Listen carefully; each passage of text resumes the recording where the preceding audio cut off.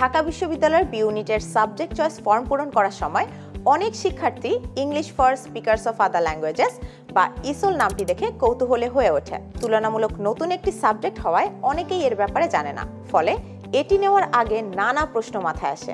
ইংরেজি শেখা শুধুমাত্র ইংরেজি সাহিত্য পড়ার মধ্যেই সীমাবদ্ধ নয়, বরং ভাষার ব্যবহারিক দিকগুলোর উপর দক্ষ হওয়াও জরুরি। বৈশ্বিক এই চাহিদাকে মাথায় রেখে 2015 সালে ঢাকা বিশ্ববিদ্যালয়ের আধুনিক ভাষা ইনস্টিটিউটের অধীনে চালু করা হয় English for speakers of other languages বা ইসল নামে 4 বছর মেয়াদী একটি অনার্স প্রোগ্রাম।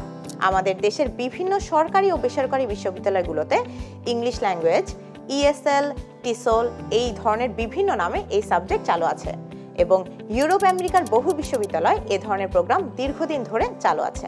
এখানে শিক্ষার্থীরা ইংরেজি ভাষা, ভাষাতত্ত্ব এবং ইংরেজি ভাষা শিক্ষা পদ্ধতি এর উপর বিশেষ শিক্ষা ও প্রশিক্ষণ পায়। অর্থাৎ এটি শুধুমাত্র নলেজ বেসড সাবজেক্ট না, বরং স্কিল বেসড সাবজেক্ট।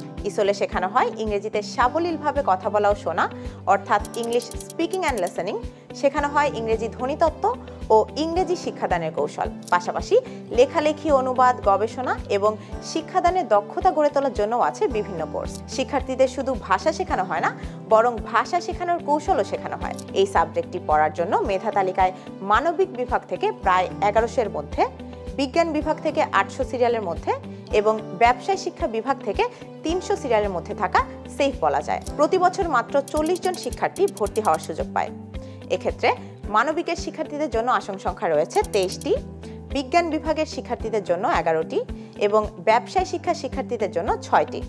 এই প্রোগ্রামে ভর্তি হতে হলে প্রার্থীদের বাংলায় ন্যূনতম 10 নম্বর, ইলেকটিভ ইংলিশে ন্যূনতম 16 নম্বর এবং ইংরেজিতে ন্যূনতম 16 নম্বর পেতে হয়। বাংলাদেশের প্রেক্ষাপটে অনেক চাকরিতেই কোনো সাবজেক্ট রিকোয়ারমেন্ট লাগে না, তাই অন্যান্য সাবজেক্টে পড়ে যেসব জব পাওয়া যায়, ইসলে পড়েও সেসব জব পাওয়া যাবে।